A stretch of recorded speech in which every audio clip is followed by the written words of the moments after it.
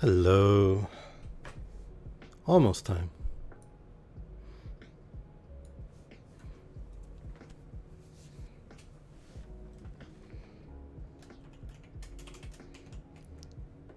Yep, here I am.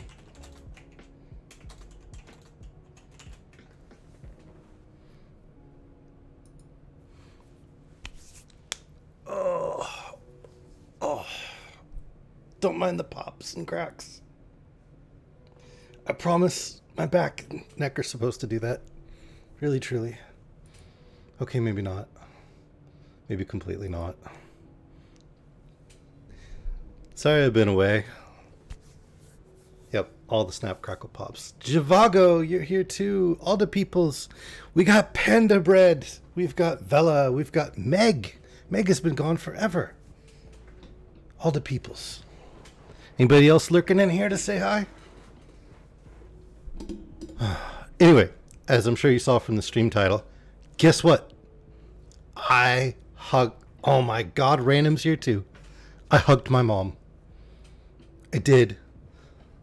Fully vaccinated. Not any chance that I could, like, you know, give her the plague and kill her. And, yeah. I got to hug her. And I might have teared up a little bit. I might be a little teary-eyed right now. Just a tiny bit. And I'm totally okay with that. And then I also saw one of my best friends and his wife, and I gave them both hugs. And he is not a hugger, let me tell you. But I had told him, I'd warned him. I was like, all right, once I'm fully vaccinated, once I can see you guys again, I warn you, there's going to be a hug, and it's going to be extended, like, to where it gets uncomfortable. And you're just going to have to deal with it. So, but mom was first. Went to see her, and she was my first, like,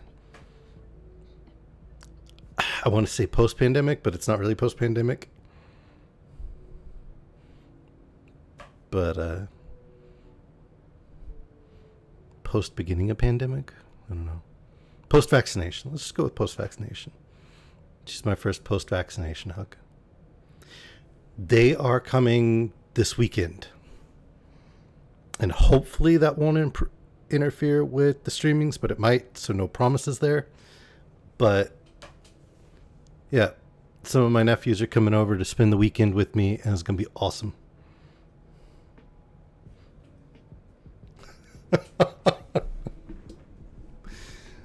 I mean, you could just intercept me with bread, Panda. You know, fresh baked bread with honey or butter, and just like thrust it in the way, and that will be sufficient distraction.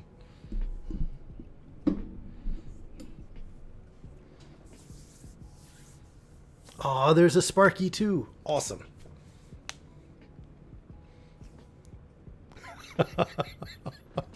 No. You use the bread to, like, dissuade from the hugs, right? It's a bread interception, not bread rewards.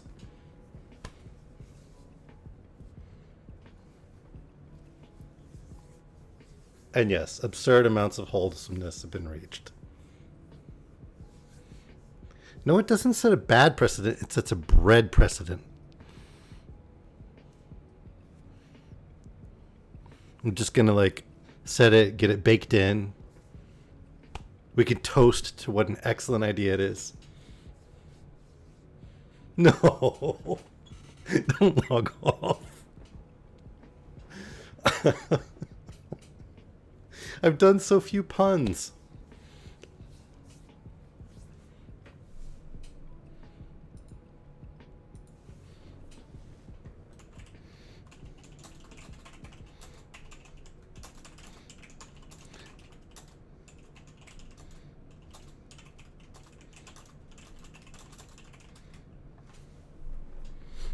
All right, I gotta turn down the Megster, mute her tab.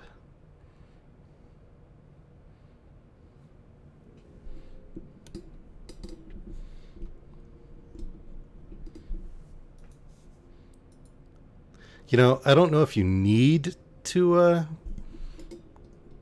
find the grains of truth in it there, Zhivago, but you know, I'd take it. Too many puns, just woke up. It's never too many puns. Oh yeah, I was going to do a follow goal to try and hit 100. Just for funsies. So, if you know anybody that might like it, reach out. I'm sure all of you have already done that.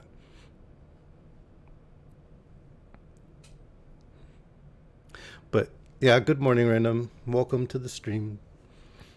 I'm really glad you're here. I've missed you. You haven't been around at a few of them lately. And Javago, if you like the puns, oh boy, just come hang out in the Discord. I will deliver unto you a masterclass in punning.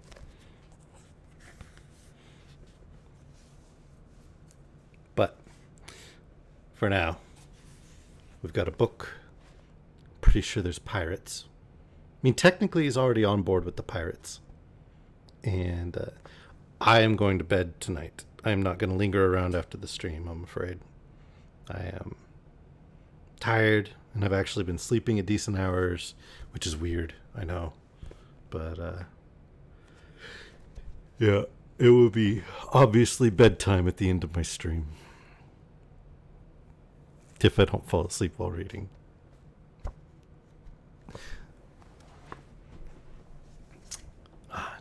Tea will help keep me awake, though. So, it's been a week, so I don't know if you all remember where we were. But our young man had gone to visit his... I do not want to snore into the mic. That would be awful. I know people have done it, but man, that would be terrible. Especially because you couldn't even like laugh at my face while the drool went down. Because, of course, if I did something that embarrassing...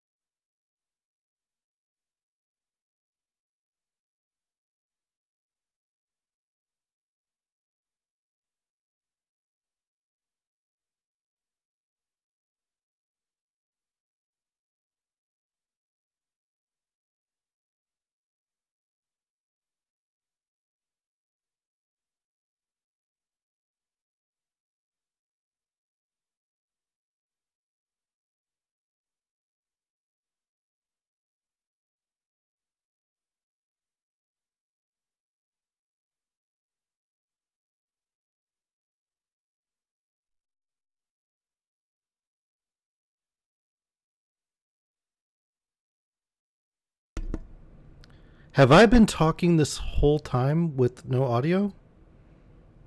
What? Can you guys hear me now? Hello? What the deuce? Like this whole time? Because I was saying puns.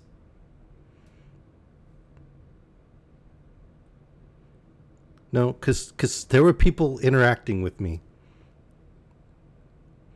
I could not have been muted this whole time. There was interaction. Don't mess with me.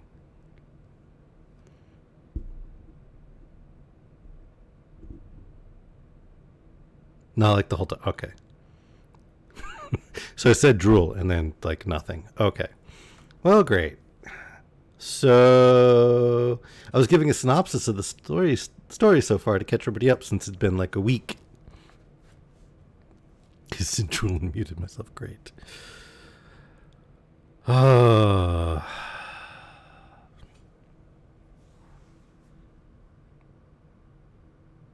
know you can't hear it or see me, but I just face palmed. Put my head in my hands and just like I am ashamed. Sorry about that.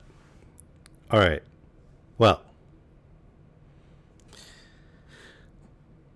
words. David Balfour, main character. He lost his father after losing his mother years earlier. I'm sorry, Bella. I'm really sorry. And went to visit his uncle, who is his last remaining relative. And presumably, he is the lawful heir to the family estate at Shaw's. But we don't know that for sure. It hasn't been confirmed. Now, his uncle, again, presumably to deny him the inheritance so he could keep the property for himself, tried to kill him by tricking him into climbing an unfinished tower in the middle of the night in the dark. But a flash of lightning revealed the incomplete stair, and so the uncle's aim was foiled. Then the uncle took him to speak, presumably to the attorney, and get things settled out. When they met up with a ship's captain that the uncle had been doing business with, it turned out to be more of a pirate captain than a merchant ship. And they tricked David into, this kid gets tricked a lot, tricked him into going on board the ship, where, of course, he was knocked over the head, knocked unconscious, kidnapped, thus the title of the book, and taken out to sea. Sometime later, after he was kidnapped, the current cabin boy, who seemed to have some, like, developmental issues, probably from repeated head trauma, was murdered by the first mate, who was drunk. He's often drunk, always angry when he's drunk. And so David was forcibly recruited as the new cabin boy, whose duties mostly consisted of pouring the alcohol for the first and second mate and the captain at pretty much all hours of the day and night. Not a disciplined group. Then they took on board this Scotsman who was a rebel against the king and who had a golden belt, as it were, which was a belt that he was using to smuggle money to the exiled Scottish lords in France. Right, but that's just a character relating gossip. That's not proof. We don't know, like, 100% that he's the eldest. It's strongly implied, but there hasn't been, like, documents and proof and statements of fact from people that would have direct knowledge. Which is why I say we think that he's probably the rightful heir.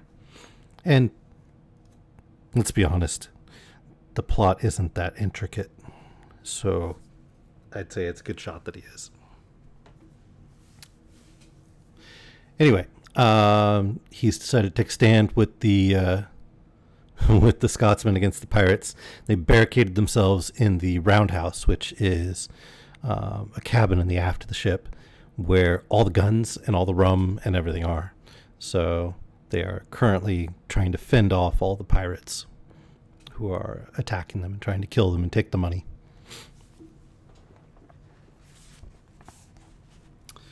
So now we are on Chapter 10, The Siege of the Roundhouse. But now our time of truce was come to an end. Those on deck had waited for my coming till they grew impatient, and scarce had Alan spoken when the captain showed face in the open door. "Stand!" cried Alan, and pointed his sword at him. The captain stood indeed, but he neither winced nor drew back a foot. "A naked sword," says he. "This is a strange return for hospitality."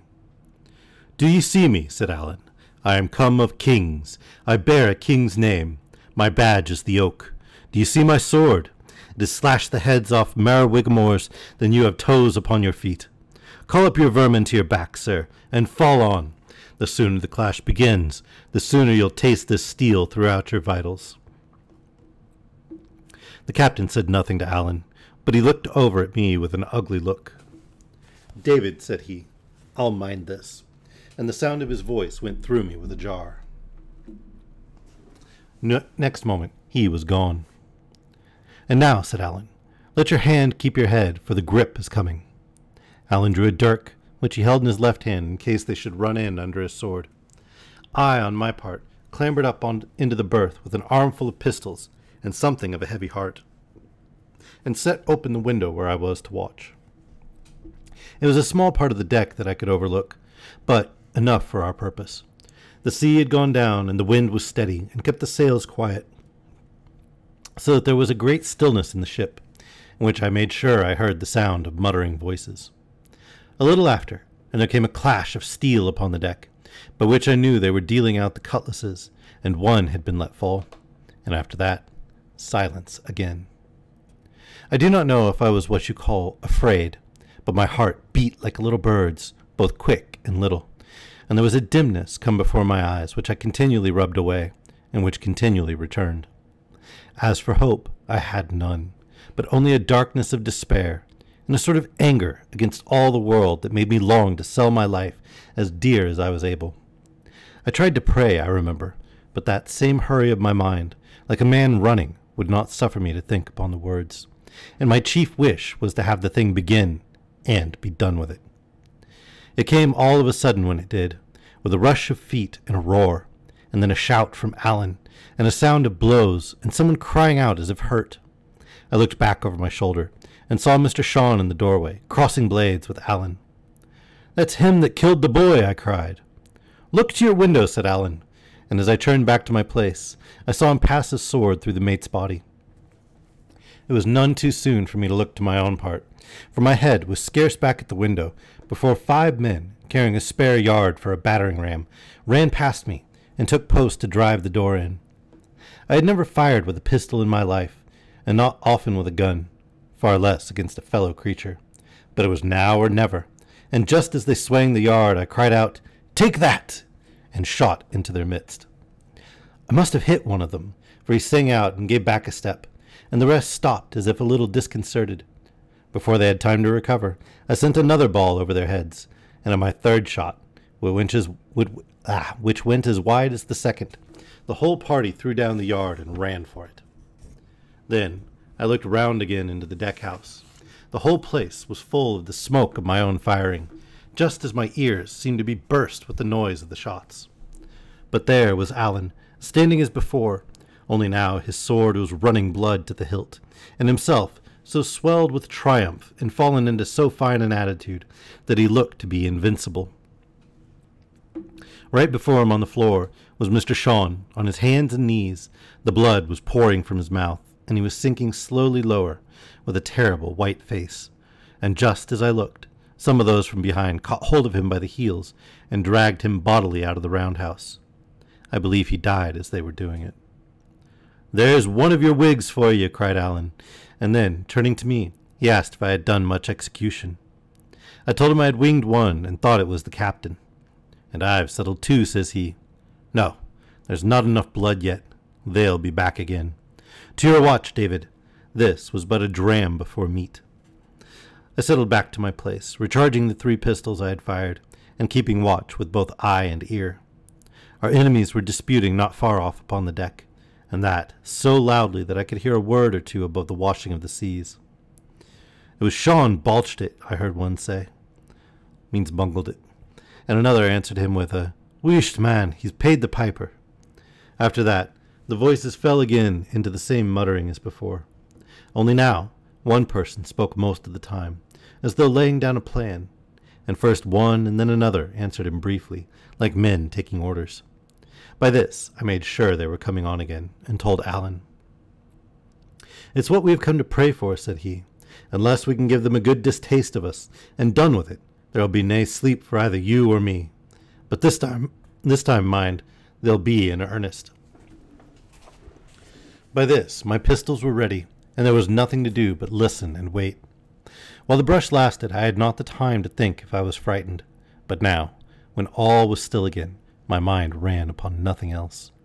The thought of the sharp swords and the cold steel was strong in me, and presently, when I began to hear stealthy steps and a brushing of men's clothes against the roundhouse wall, and knew they were taking their places in the dark, I could have found it in my mind to cry out aloud.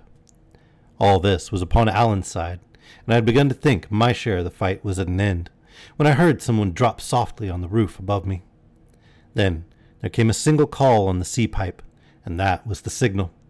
A knot of them made one rush of it, cutlass in hand, against the door, and at the same moment the glass of the skylight was dashed in 1,000 pieces, and a man leaped through and landed on the floor.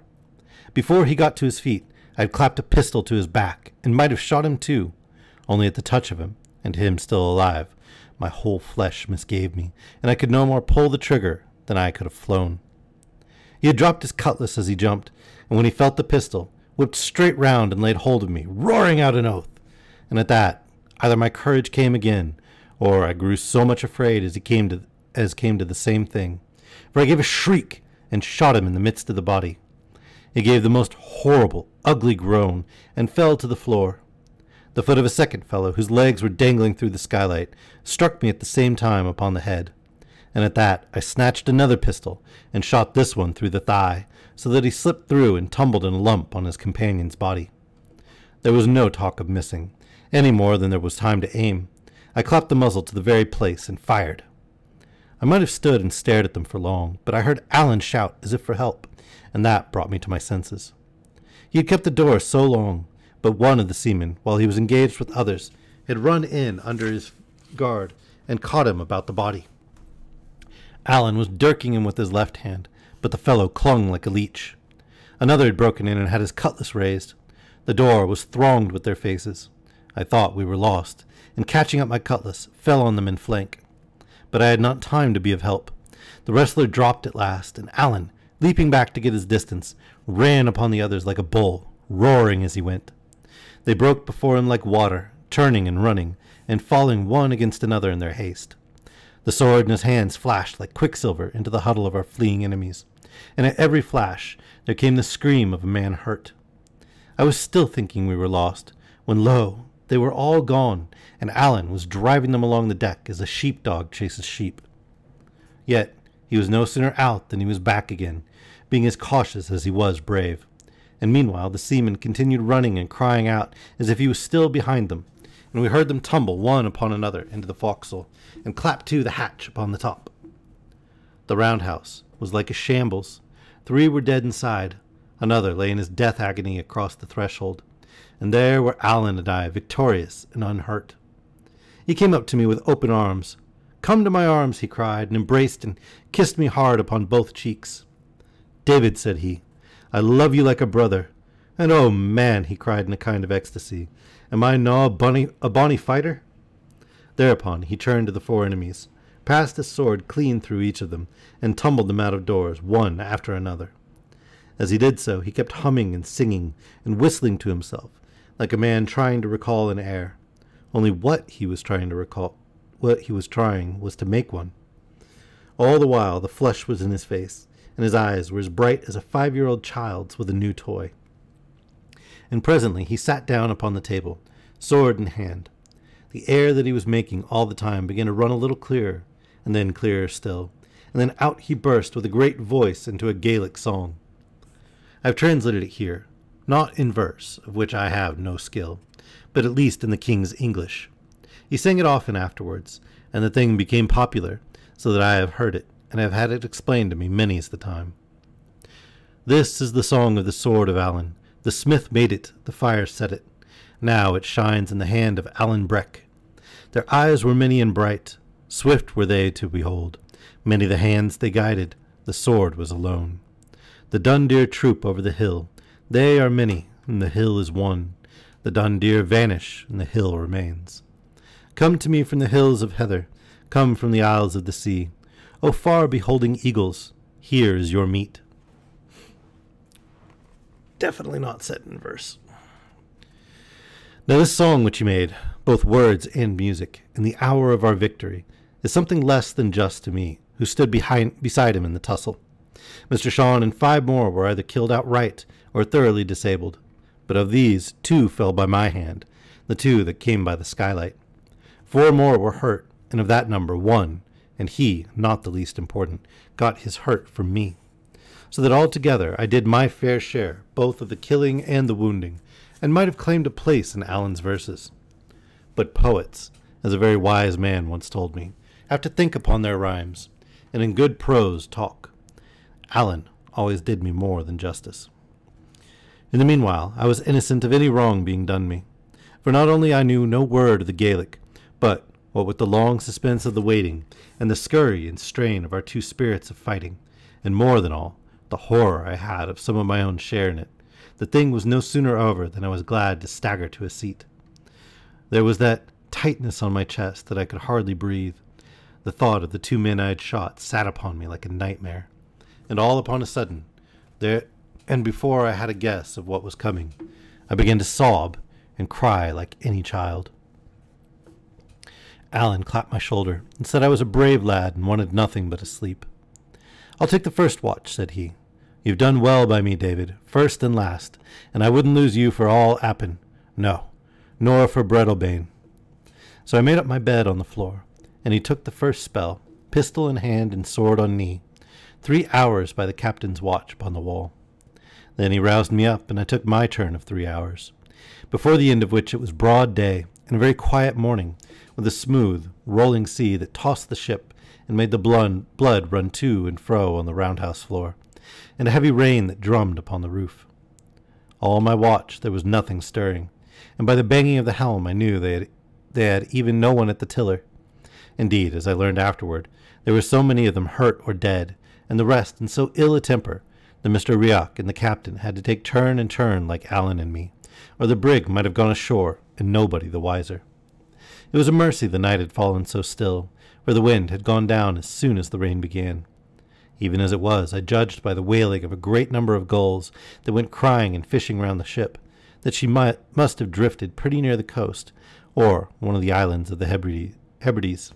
And at last, looking out of the door of the roundhouse, I saw the great stone hills of Skye on the right hand, and a little more astern, the strange Isle of Rum. Chapter 11. The Captain Knuckles Under. Alan and I sat down to breakfast about 6 of the clock. The floor was covered with broken glass, and in a horrid mess of blood, which took away my hunger.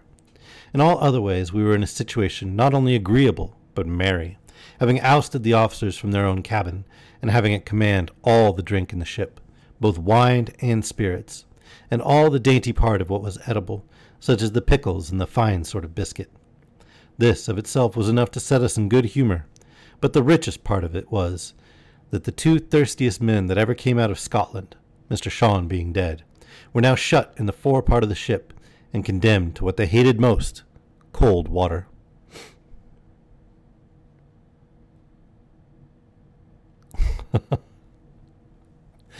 I will have to ask, Panda. I don't actually know what my snoring sounds like. Or indeed if I do snore. But I will ask about and see if I can get an answer for you. And depend upon it, Alan said, we shall hear more of them ere long. You may keep a man from the fighting, but never from his bottle. We made good company for each other. Alan indeed expressed himself most lovingly, and taking a knife from the table, cut me off one of the silver buttons from his coat. I had them, says he, from my father, Duncan Stewart, and now give you one of them to be a keepsake for last night's work. And wherever you go and show that button, the friends of Alan Breck will come around you. He said this as if he had been Charlemagne and commanded armies, and indeed, much as I admired his courage, I was always in danger of smiling at his vanity. In danger, I say, for had I not kept my countenance, I would be afraid to think what a quarrel might have followed. As soon as we were through with our meal, he rummaged in the captain's locker till he found a clothes brush, and then taking off his coat, began to visit his suit and brush away the stains, with such care and labor as I suppose to have been only usual with women. To be sure, he had no other, and besides, as he said, it belonged to a king, and so behooved to be royally looked after. For all that, when I saw what care he took to pluck out the threads where the button had been cut away, I put a higher value on his gift. He was still so engaged when we were hailed by Mr. Rioch from the deck, asking for a parley, and I, climbing through the skylight and sitting on the edge of it, pistol in hand and with a bold front, though inwardly in fear of broken glass, hailed him back again and bade him speak out. He came to the edge of the roundhouse, and stood on a coil of rope so that his chin was on a level with the roof, and we looked at each other a while in silence. Mr. Rioch, as I do not think he had been very forward in the battle, so he had got off with nothing worse than a blow upon the cheek. But he looked out of heart and very weary, having been all night afoot, either standing watch or doctoring the wounded. Raven wakes the dead. Nice.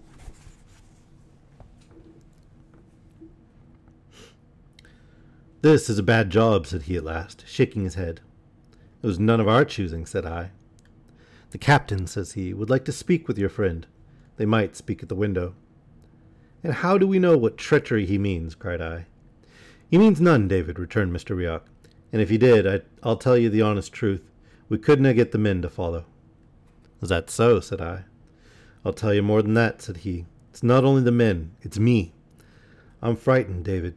And he smiled across at me. No, he continued, what we want is to be shut of him.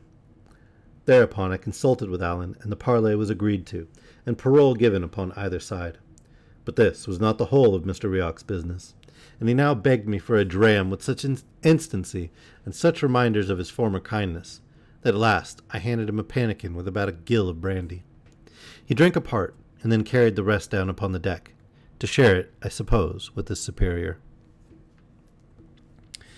A little after, the captain came, as we agreed, to one of the windows, and stood there in the rain, with his arm in a sling, and looking stern and pale, and so old that my heart smote me for having fired upon him. Allen at once held a pistol in his face. Put that thing up, said the captain. Have I not passed my word, sir? Or do you seek to affront me? Captain, says Allen, I doubt your word is breakable. Last night ye haggled and argle-bargled like an apple-wife, and then passed me your word, and gave me your hand to back it, and ye ken very well what was the upshot. Be damned to your word, says he. Well, well, sir, said the captain, you'll get little good by swearing. And truly that was a fault of which the captain was quite free. But we have other things to speak, he continued bitterly. You've made a sore hash of my brig.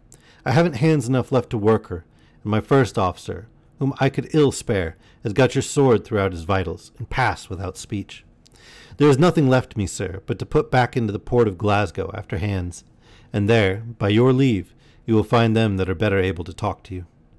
Aye, said Allen, and faith, I'll have a talk with them myself. Unless there's naebody speaks English in that town, I have a bonny tale for them. 15 tarry sailors upon the one side, and a man and a halfling boy upon the other. Oh, man, it's pitiful. Hosian flushed red. No, continued Allen, that'll no do. You'll just have to set me ashore as we agreed. Aye, said Hosian, but my first officer is dead. You ken best how. There's none of the rest of us acquaint with this coast, sir, and it's one very dangerous to ships. I'll give you a choice, says Allen. Set me on dry ground in Appin, or Argdor, or in Morven, or Arisaig, or Morar, or in brief, where you please, within 30 miles of my own country, except in a country of the Campbells. That's a broad target.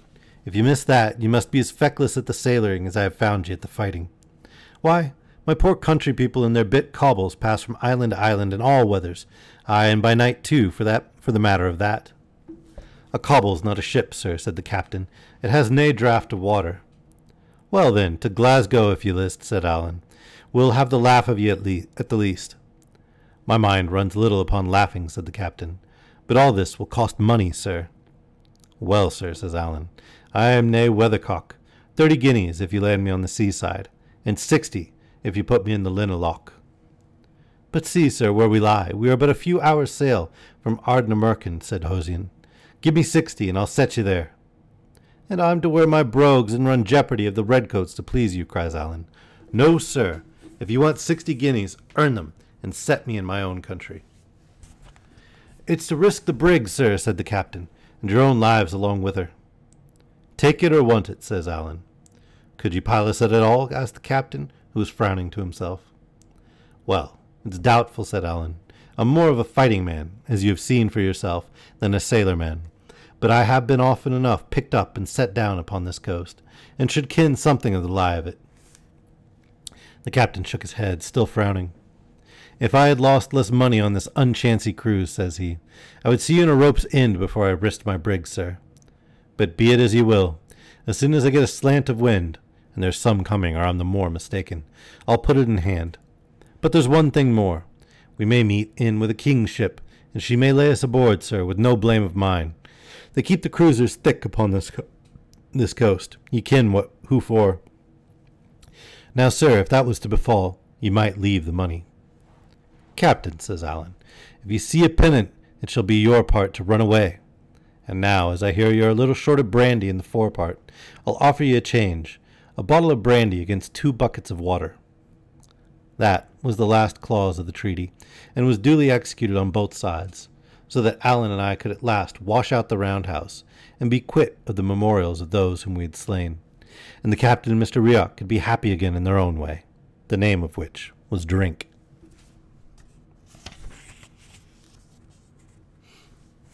Chapter 12.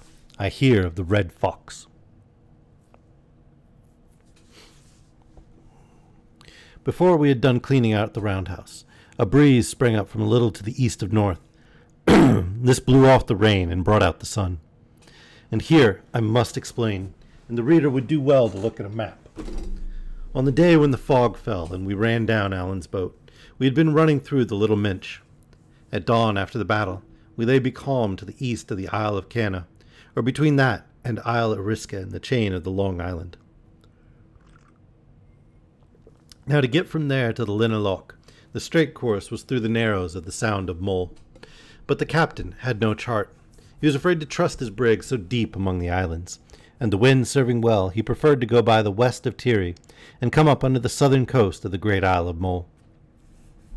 All day the breeze held in the same point, and rather freshened than died down, and toward afternoon a swell began to set in from round the outer Hebrides.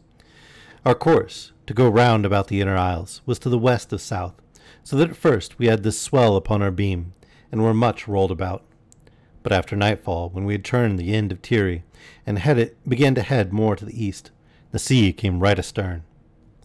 Meanwhile, the early part of the day, before the swell came up, was very pleasant, sailing as we were in a bright sunshine, and with many mountainous islands upon different sides. Allen and I sat in the roundhouse with the doors open on each side, the wind being straight astern, and smoked a pipe or two of the captain's fine tobacco. It was at this time we heard each other's stories, which was the more important to me, as I gained some knowledge of that wild Highland country on which I was so soon to land. In those days, so close on the back of the great rebellion, it was needful a man should know what he was doing when he went upon the heather. It was I that showed the example, telling him all my misfortune, which he heard with great good nature. Only, when I came to mention that good friend of mine, Mr. Campbell, the minister, Allen fired up and cried out that he hated all that were of that name. "Why," said I, "he is a man you should be proud to give your hand to." "I know nothing I would help a Campbell to," says he, "unless it was a leaden bullet. I would hunt all of that name like blackhawks. If I lay dying, I would crawl upon my knees to my chamber window for a shot at one." "Why, Allen," I cried, "what ails ye at the Campbells?" "Well," says he, "ye ken very well that I am an Appin Stewart, and the Campbells have long harried and wasted those of my name. Aye, and got lands of us by treachery, but never with the sword," he cried loudly, and with the word brought down his fist upon the table. But I paid the less attention to this, for I knew it was usually said by those who have the underhand. "There's more than that," he continued, and all in the same story. Lying words, lying papers, tricks fit for a peddler, and the show of what's legal over all, to make a man the more angry. "You that are so wasteful of your buttons," said I can hardly think you would be a good judge of business." "Ah," says he, falling again to smiling, "I got my wastefulness from the same man I got the buttons from, and that was my poor father, Duncan Stewart, grace be to him. He was the prettiest man of his kindred, and the best swordsman in the Highlands, David, and that is the same to say, in all the world. I should ken, for it was him that taught me. He was in the Black Watch, when first it was mustered, and like other gentlemen privates, had a gillie at his back to carry his firelock for him on the march. Well, the king, it appears, was wishful to see Highland swordsmanship, and my father and 3 more were chosen out and sent to London town to let him see it at the best.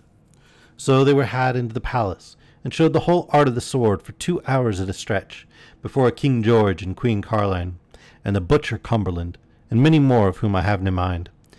And when they were through, the king, for all he was a rank usurper, spoke them fair and gave each man 3 guineas in his hand.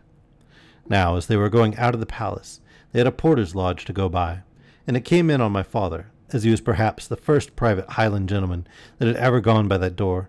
It was the right he should give the poor porter a proper notion of their quality. So he gives the king's 3 guineas into the man's hand, as if it was his common custom. The 3 others that came behind him did the same, and there they were on the street, never a penny the better for their pains. Some say it was one that was the first to fee the king's porter, and some say it was another, but the truth of it is that it was Duncan Stewart, and as I am willing to prove with either sword or pistol, and that was the father that I had, God rest him. I think he was not the man to leave you rich, said I. And that's true, said Allen. He left me my breeks to cover me, and little besides. And that was how I came to enlist, which was a black spot upon my character at the best of times, and would still be a sore job for me if I fell among the redcoats. What? Cried I. Were you in the English army? That was I, said Allen, but I deserted to the right side at Preston Pans, and that's some comfort. I could scarcely share this view, holding desertion under arms for an unpardonable fault in honor. But for all I was so young, I was wiser than say my thought. Dear, dear, says I, the punishment is death. Aye, said he, if they got hands on me it would be a short shrift and a lang tow for Allen. But I have the King of France's commission in my pocket, which would aye be some protection. I misdoubt it much, said I. I have doubts myself, said Allen dryly. And good heaven, man, cried I, you that are a condemned rebel and a deserter, and a man of the French king's, what tempts you back into this country? It's a braving of Providence. Tut, says Allen, I have been back every year since 46. And what brings you, man? Cried I. Well, you see, I weary for my friends and country, said he. France is a braw place, nae doubt, but I weary for the heather and the deer, and then I have bit things that I attend to. Whiles I pick up a few lads to serve the King of France. Recruits, you see, and that's aye a little money. But the heart of the matter is the business of my chief, Ardshiel. I thought they called your chief Appin, said I. Aye, but Ardshiel is the captain of the clan, said he, which scarcely cleared my mind. You see, David, he that was all his life so great a man, and come of the blood, and here and the bearing the name of the king's, is now brought down to live in a French town like a poor and private person. He that had 400 swords at his whistle, I have seen with these eyes of mine, buying butter in the marketplace, and taking it home in a kale leaf. This is not only a pain, but a disgrace to us of his family and clan. There are the barns forby, the children in the hope of Appin, that must be learned their letters and how to hold a sword in that far country. Now, the tenants of Appin have to pay a rent to King George, but their hearts are staunch.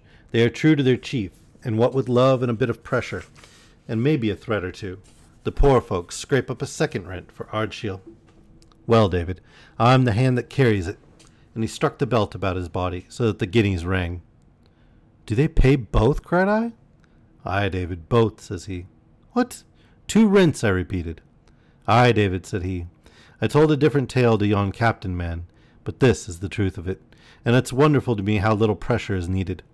But that's the handiwork of my good kinsman and my father's friend, James of the Glens. James Stewart, that is, Ardshiel's half-brother. He it is that gets the money in and does the management. This was the first time I heard the name of that James Stewart, who was afterwards so famous at the time of his hanging. But I took little heed at the moment, for all my mind was occupied with the generosity of these poor Highlanders. I call it noble, I cried. I'm a Whig or little better, but I call it noble. Aye, said he, you're a Whig, but you're a gentleman, and that's what does it. Now, if you were one of the cursed race of Campbells, you would gnash your teeth to hear tell of it.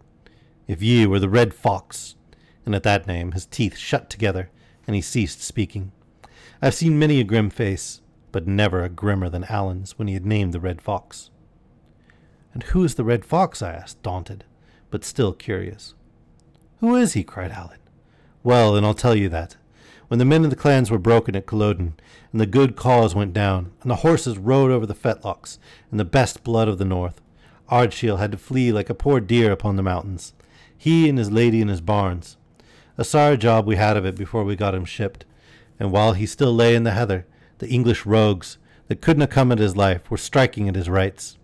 They stripped him of his powers, they stripped him of his lands, they plucked the weapons from the hands of his clansmen, that had borne arms for 30 centuries. Aye, and the very clothes off their backs, so that it's now a sin to wear a tartan plaid, and a man may be cast into a gaol if he has but a kilt about his legs. One thing they couldna kill. That was the love the clansmen bore their chief. These guineas are the proof of it. And now, in there steps a man, a Campbell, red-headed Colin of Glenure. Is that him you call the Red Fox? Said I. Will you bring me his brush? Cries Allen fiercely. Aye, that's the man. In he steps and gets papers from King George to be so-called King's Factor on the lands of Appin.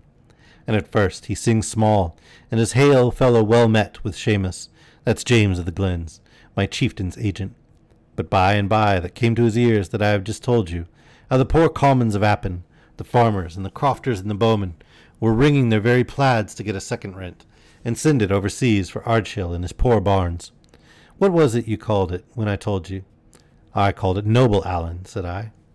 And you little better than a common Whig, cries Allen. But when it came to Colin Roy, the black Campbell blood in him ran wild. He sat gnashing his teeth at the wine table. What? Should a Stuart get a bite of bread, and him not be able to prevent it? Ah, Red Fox, if ever I hold you at gun's end, the Lord have pity on you. And Allen stopped to swallow down his anger. Well, David, what does he do? He declares all the farms to let, and thinks he in his black heart, I'll soon get other tenants that'll overbid these Stuarts and Mackles and Macrobs, for these are all names in my clan, David. And then, thinks he, Ardshiel will have to hold his bonnet on a French roadside. Well, said I, what followed? Allen laid down his pipe, which he had long since suffered to go out, and set his two hands upon his knees. Aye, said he, you'll never guess that. For these same Stuarts and Mackles and Macrobs that had two rents to pay, one to King George by stark force, and one to Ardshiel by natural kindness, offered him a better price than any Campbell in all broad Scotland, and far he sent seeking them, as far as to the sides of Clyde and the cross of Edinburgh, seeking and fleeching and begging them to come, where there was a Stuart to be starved and a red-headed hound of a Campbell to be pleasured. Well, Allen, said I, that is a strange story, and a fine one, too, and Whig as I may be, I am glad the man was beaten.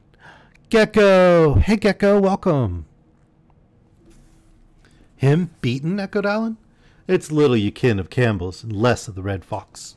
Him beaten? No, nor will be till his blood's on the hillside.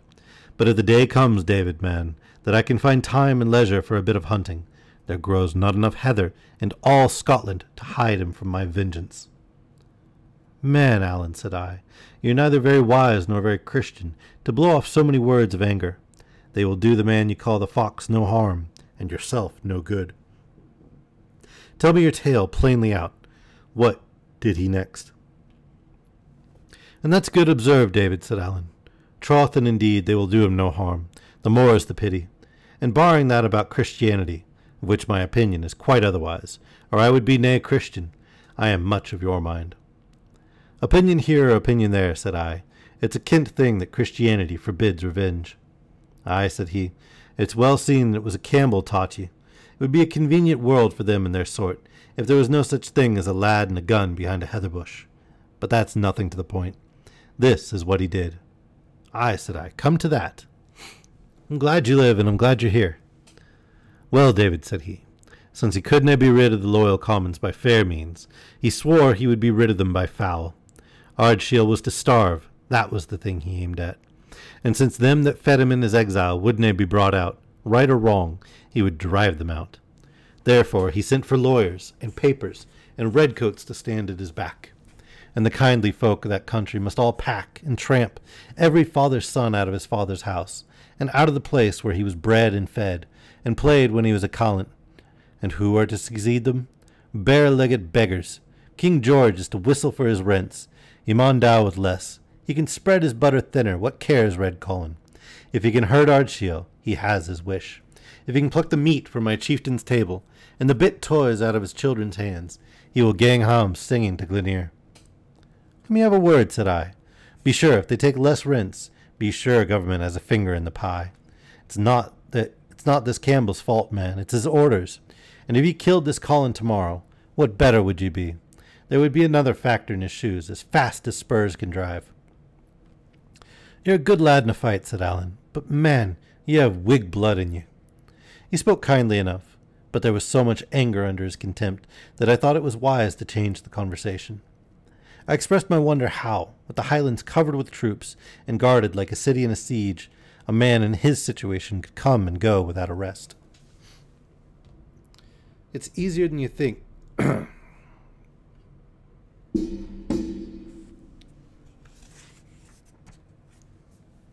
"It's easier than you would think," said Alan. "A bare hillside, you see, is like all one road. If there's a sentry at one place, you just go by another. And then the heather's a great help. And everywhere there are friends' houses and friends' byres and haystacks. And besides, when folk talk of a country covered with troops, it's but a kind of byword at the best. A soldier covers nae mair of it than his boot soles. I have fished a water with a sentry on the other side of the brae, and killed a fine trout, and I have sat in a heather bush within 6 feet of another, and learned a real bonny tune from his whistling. This was it," said he, and he whistled me the air. "And then besides," he continued, "it's no so bad now as it was in '46. The Highlands are what they call pacified. Small wonder with never a gun or a sword left from Cantyre to Cape Wrath, but what tenty folk have hidden in their thatch. But what I would like to ken, David, is just how long. Not long, you would think, with men like Ardshiel in exile, and men like the Red Fox sitting burling in the wine and oppressing the poor at home. But it's a kittle thing to decide what folk will bear, and what they will not. Or why would Red Colin be riding his horse all over my poor country of Appin, and never a pretty lad to put a bullet in him?" And with this, Alan fell into a muse, and for a long time sat very silent and sad. I'll add the rest of what I have to say about my friend. That he was skilled in all kinds of music, but principally pipe music, was a well-considered poet in his own tongue, had read several books both in French and English, was a dead shot, a good angler, and an excellent fencer with the small sword, as well as with his own particular weapon. For his faults, they were on his face, and I now knew them all. But the worst of them, his childish propensity to take offense and to pick quarrels, he greatly laid aside in my case, out of regard for the Battle of the Round House. But whether it was because I had done well myself, or because I had been a witness of his own much greater prowess, is more than I can tell. For though he had a great taste for courage in other men, yet he admired it most in Alan Breck. All right. Like I said, I gotta be up early, so I gotta call it tonight. But we will pick up again tomorrow with the subscriber reading. And if we don't have like a showing for that, yes, it's obviously bedtime. If we don't have a showing for that, then I'll be looking at moving the time for the subscriber read, because it seems like it isn't working for a lot of people.